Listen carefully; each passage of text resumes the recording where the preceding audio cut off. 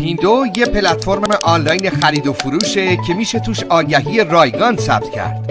همه فروشنده هایی که کالای نو میفروشن یا خدماتی ارائه میدن و همه خریدارایی که دنبال کالا یا خدماتی هستن میتونن تو پیندو همدیگر رو پیدا کنن، مستقیم با هم ارتباط داشته باشن و از طریق معامله امن پیندو راحت و بی دردسر خرید و فروش کنن.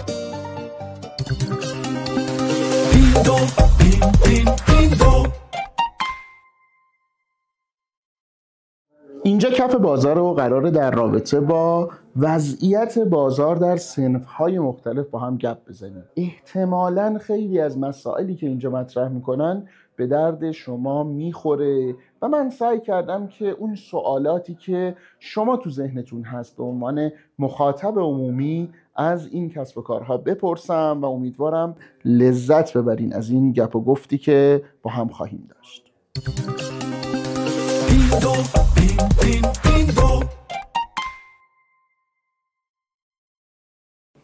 سلام و عرض ادب خدمت شما بینندگان محترم. کف بازار در خدمت هادی حسین زاده عزیز هستیم و قراره در رابطه با لیبرتو گپ بزنیم. لیبرتو چیه و از کجا شروع شد؟ والا داستان لیبرتو خلاصش اینه که لیبرتو منم. این که لیبرتو یک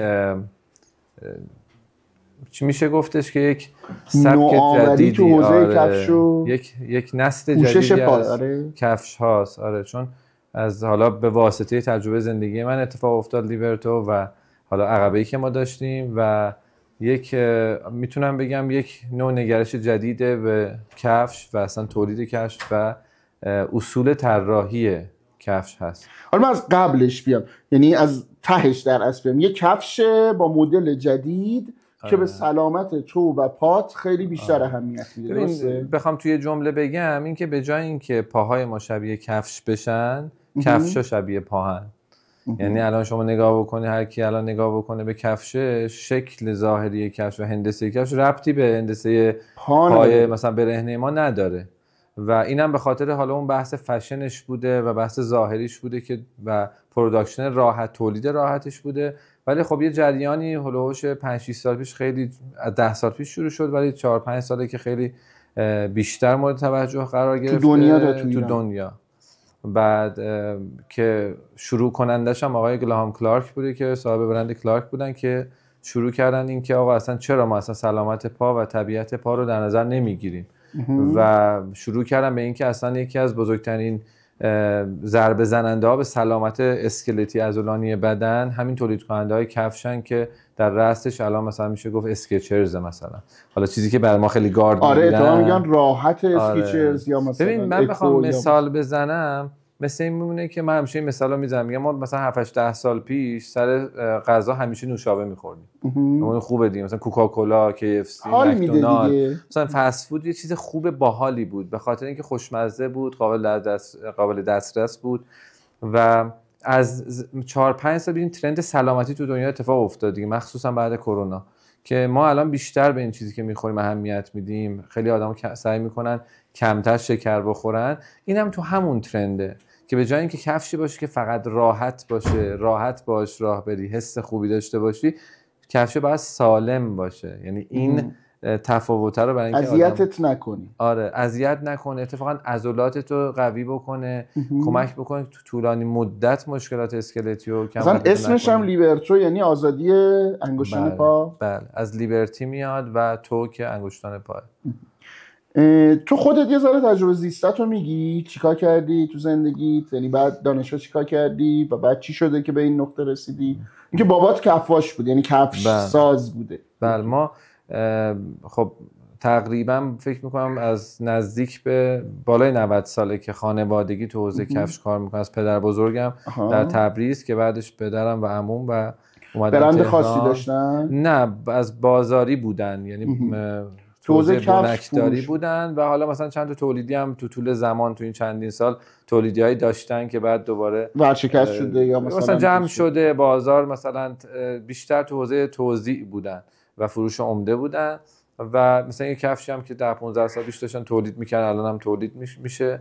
ولی خب این ارزم به خدمت شما که شد باب آشنایی تو با کفش. آره خب. که ما تو کفش بزرگ شدیم. آره حالا به غیر از اینکه با کفش بزرگ شدی چرا مثل بابات نشدی؟ چرا اون مسیر اون مدلی ادامه ندادی؟ ببین خب مثل خیلی از کسایی که تو دوره ما یعنی دهه 60 پدر مادرم گفتن فقط باید درس بخونی و ما هم پسر خوبی بودیم. آره درس خوندیم و دانشگاه تهران مهندسی مواد من قبول شدم سال 84 و بعدش هم سال 89 رفتم از ایران برای ادامه تحصیل کانادا که 8 سالم کانادا بودم تا دکترامو بگیرم و به خاطر اون ژن ایرانی کارآفرینی بازاری که داشتم اونجا شرکتی رو ما شروع کردیم، ولی خب مصادف شد با یه سری مشکلاتی که برای پدرم پیش اومد و برای سلامتیشون بعد ما برگشتیم که یه مدتی ایران باشیم دیگه. خوردیم به کرونا و بسته شد راه‌ها و من همیشه به این فکر می‌کردم که خب کفش که همیشه توش بودیم و این چرا مثلا علمی نیست، این چرا مثلا فلسفه‌ای معنی نداره، این چرا مثلا اینجوری ساخته میشه. و 3 سال پیش بود که شروع کردم گفتم بذار ببینم تو این حوزه از لحاظ علمی چه اتفاقی داره میفته. و من سفری که به کانادا داشتم 3 سال پیش فکر میکنم با این کانسپت این کفشا آشنا شدم که اصلا کفشا میتونن طراحیشون متفاوت باشه و این انگار یه کلیکی کرد که تویی که همیشه سوال بود برات که کفشا چرا این شکلی ان اصلا یه چیزی که کاملا میتونه علمی باشه. و بعد از اینکه برگشتم ایران ما یه برندی رو داشتیم تولید میکردیم و مغازه داشتیم، من تصمیم گرفتم که همه اونا رو جمع کنم و لیبرتو شروع شد که گفتم من دوست دارم که این چی بود برند قبلی؟ یه پامارو بود، یه فروشگاه. آره بعد من موقع لیبرتو رو شروع کردم خیلی من میگفتن که جواب نمیده، گفتن این چه کفشه زشته بابا، این اصلا کسی نمیخره این کفشو. ولی خب خیلی دوست داشتم چون احساس میکردم که میگم حالا لیبرتو منم اینه که لیبرتو واقعا احساس میکنم که یک تلاقی از اون چیزی که من همیشه داشتم تو خانواده و اون سابقه خانوادگی ماست و مدرنیته، یعنی ترکیب سنت و مدرنیته منم لیبرتو اتفاق افتاد. یعنی یه کفشی که سلامت داره، طراحی و دیزاینش نیو دیزاین جدیده. بله. خب حالا تو بازار و کف بازار تونستی باهاش حرف بزنی؟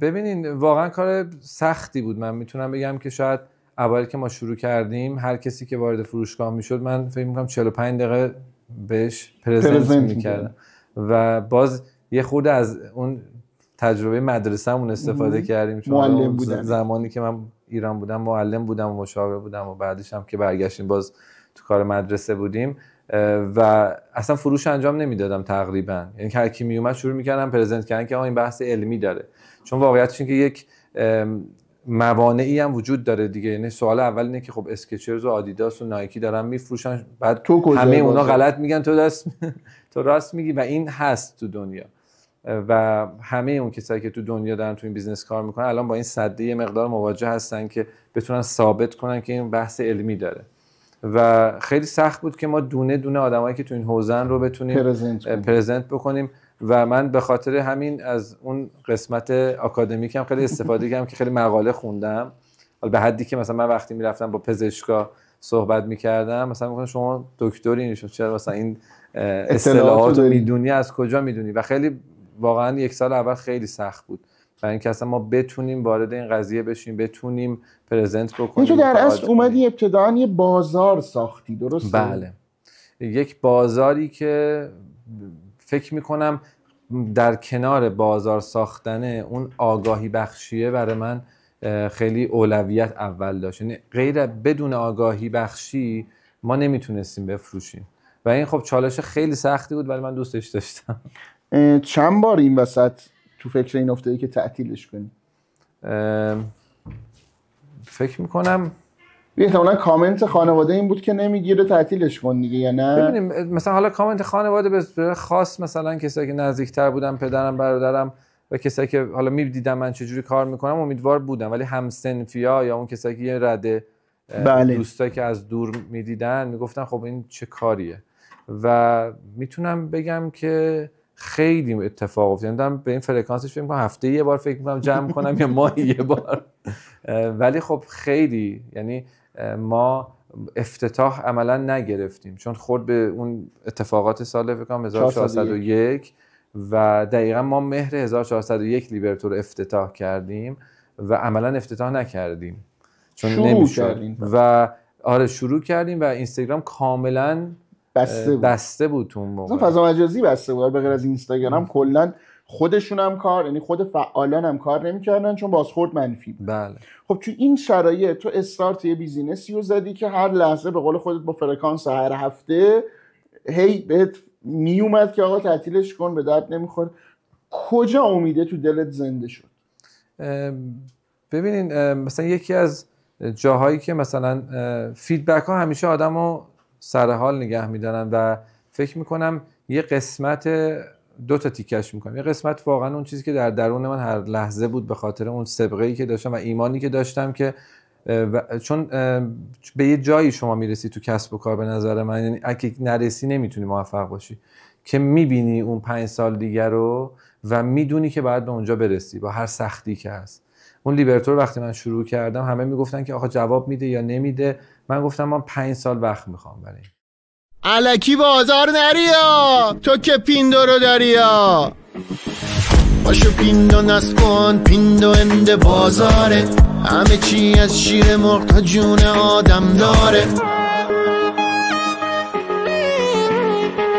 پیندو لپتاپم میاره، آره آره آره آره.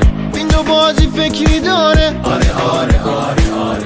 کاشت ناخون و لواشک، برنج و لباس کودک، موبایل و ماگ و عروسک، داره داره داره داره. یه خرید امن و ارزون چرا معطل میکنی؟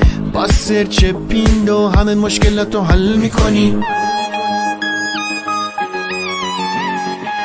پیندو هدفونم میاره، آره آره آره آره. پیندو کوله پشتی داره، آره آره آره آره. سشوار و عطر و صابون، ساعت و روغن زیتون، لب خندون در خندون، داره داره داره داره. گفتم بازار نریا، تو که پیندو رو دریا.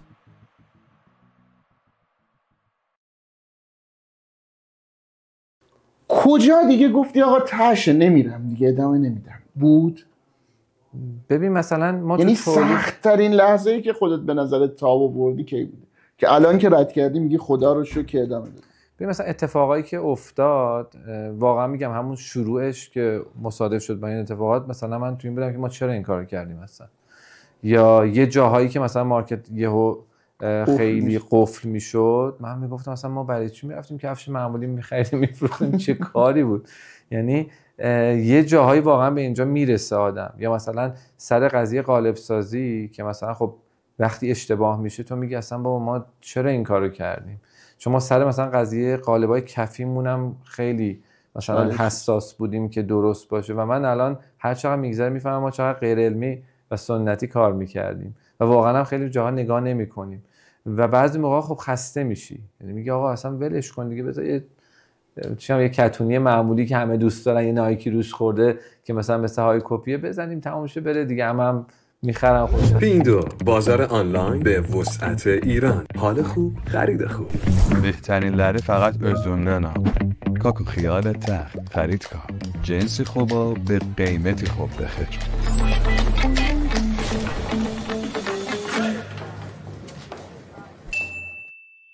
تو خودت الان درصد فروشتون چجوریه؟ چقدر آنلاینه؟ چقدر؟ من فکر میکنم بستگی به زمانش داره، ولی فکر میکنم مثلا 20% ما تا 30% آنلاین میفروشیم. شما الان 20% تا 30%. تبلیغات چی؟ چقدر آنلاینه چقدر آفلاینه؟ تبلیغاتمون 70 شاید بگم به 30. 70 آنلاینه. 70 به معنای فضای مجازی دیگه. بعد سخت ترین مانعی که تو این مدت باش مواجه بودی چی بوده از نظر خودت؟ من فکر میکنم یکی از بزرگترین مشکلاتی که تو راه توسعه ما بوده عدم ثبات بوده و این خیلی فکر میکنم تاثیرگذار بوده تو رشد هر برندی فکر میکنم تو ایران. چون ببین یکی از چیزایی که توسعه نیاز داره تو هر بیزینسی یکی اینه که تو بتونی یه مقداری حتی کم یه پرسپکتیوی داشته باشی که من دارم چه هدف گذاری میکنم و به کجا میخوام برسم. و این که مثلا ما یه روز صبح پا میشیم مثلا دلار مثلا 30% رفته بالا، کل پیشبینی من از تهیه متریال، فروش و قیمت گذاریم رو به هم میزنه.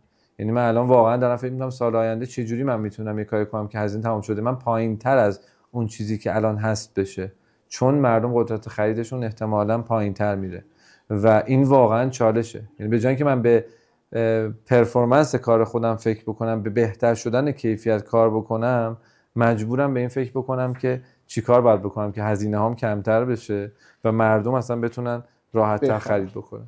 اگر بخوای به یه نفری که میخواد وارد حوزه کسب و کاری تو بشه یه پیشنهادی بدی، یه توصیه‌ای بکنی به عنوان کسی که این مسیر رو رفته، چیه توصیه؟ ببینین یه چیزیه که تو ایران خیلی سخت شدنش و اونم اینه که واقعا باید تو بیزینس به نظر من 5-6 ساله حداقل فکر کرد، تو هر استارتاپی. منتها فضای اقتصادی که ما الان توش زندگی میکنیم چون انقدر نوسان داره، آدما ناگزیر، ناخودآگاه، آدمای کوتاه مدتی شدن. و اگه به گذشتت نگاه کنی چه کار متفاوتی رو انجام میدی یا انجام نمیدی؟ ببین من آدم خیلی محتاطیم، برعکس اینکه حالا خیلی کارهای عجیب غریب میکنم، ولی تو اون ریسکایی که میپذیرم سعی میکنم باز خیلی با احتیاط تصمیم گیری بکنم. فکر میکنم بعضی جاها مثلا میتونستم جسورانه تر از اینی که هستم عمل بکنم. پلتفرم‌های آنلاین چه کمکی به تو این فضا میتونن بکنن؟ یعنی چه ابزاری داشته باشن تو راحت‌تر میتونی راحت‌تر به بازار دسترسی پیدا بکنی، یا چه آماری به تو بدن راحت‌تر میتونی بازار رو شناسایی بکنی؟ ببین خیلی سوال خوبیه. من همیشه حالا مثل این که کفشا رو نگاه میکردم، برام سوال بود، بعد دستم رسید یه کاری کردم. ولی تو پلتفرم‌های آنلاین وقتی نگاه میکنم، این که میگم برند نیست، پلتفرم‌ها یک پلتفرم خرید و فروش بعضی موقع فقط میشن. شاید اون اعتباره رو، اون داستانه رو، اون آگاهی بخشی خیلی جزو انگار اون رسالتشون نمیبینن. شاید هم نباشه، شاید من اشتباه میکنم، ولی به عنوان کسی که از بیرون دارم از این پلتفرم استفاده میکنم، من واقعا نمیفهمم محصول پشتش چیه، نمیتونم اطلاعات آگاهی بخشی بگیرم. بیشتر بحث این که قیمت ها رو مقایسه بکنیم، ببینیم محصول خوبه، ریویوهاشو بخونیم. ولی اینکه حالا چرا این اینجاست، یا کی اینو داره میفروشه، یه چیزیه که انگار تو پلتفرما گم میشه. خودت بخوای روایت خودتو توی یه خط توضیح بدی، میگی چی بودی، چی شدی؟ من یک آدمی بودم که سعی کردم تو حوزه آکادمیک، حالا کسب و کاری داری میگی دیگه، مثلا من خیلی آرزوم این بودش که استاد بشم و اصلا برای استاد دانشگاهی رفته بودم. احساس میکنم که من آدمی بودم که دوست داشتم تو حوزه آکادمیک کار بکنم، ولی ژن کسب و کاری داشتم و این دوتا یه جا به هم تلاقی کرد و یه شد 50-50 که لیبرتو الان فکر میکنم توش در اومده. آقا دم شما گرم، ممنون. نکته‌ای چیزی اگر باقی مونده دوست داری مخاطب بدونه، به نظرم به واسطه این مسیری که طی کردی و بگو و بعد خداحافظی. من تنها چیزی که میتونم بگم تو حوزه کسب و کار، حالا مربوط به حرفی که الان زدیم هست، اینه که من فکر میکنم راه اندازی و داشتن کسب و کار بزرگترین پارامتری که میخواد صبره تا باوری. آره، و مخصوصا تو این فضایی که ما هستیم، من فکر میکنم آدم باید تو همه این موجا خط خودشو بکشه و این چیزیه که شاید به ما کمک بکنه و خیلی نیاز به صبوری بیشتری داره فکر میکنم. و تو میگی کوتاه نگرم نباشن، بلند نگاه کنن، 4-5 ساله مینیمم. حتما آره، و نه اینکه رصد نکنه آدم، ولی واقعا باید صبر داشته باشه تا نتیجه بگیره. خصوصا واسه تو که یه بازار سازی کردی، یعنی روی بازار ثابت نه. دمت گرم، ممنون، تشکر که لطف کردی و وقت گذاشتی. ممنون از شما بینندگان محترم و عزیز. امیدوارم که کف بازار به درد شما هم بخوره. پیندو پلتفرمو ببین تو، آسونو هم خرید کن، شما راضی بودین منم همین تو، بی واسطه خرید و فروش چه راحته برا این دو، مطمئن بخرین و بعد معامل پولو بزنین و صنایع دست تا لباسو کش تو پرا که تو میز پینگ پونگ به دیجی کالا میشه لینک کن، میتونی بکنی بررسیش تو. پیندو پلتفرمو ببین تو، کسب و کار رو ردیف کن، آب دستت بذار زمین تو، همه جنس رو بذار تو پیندو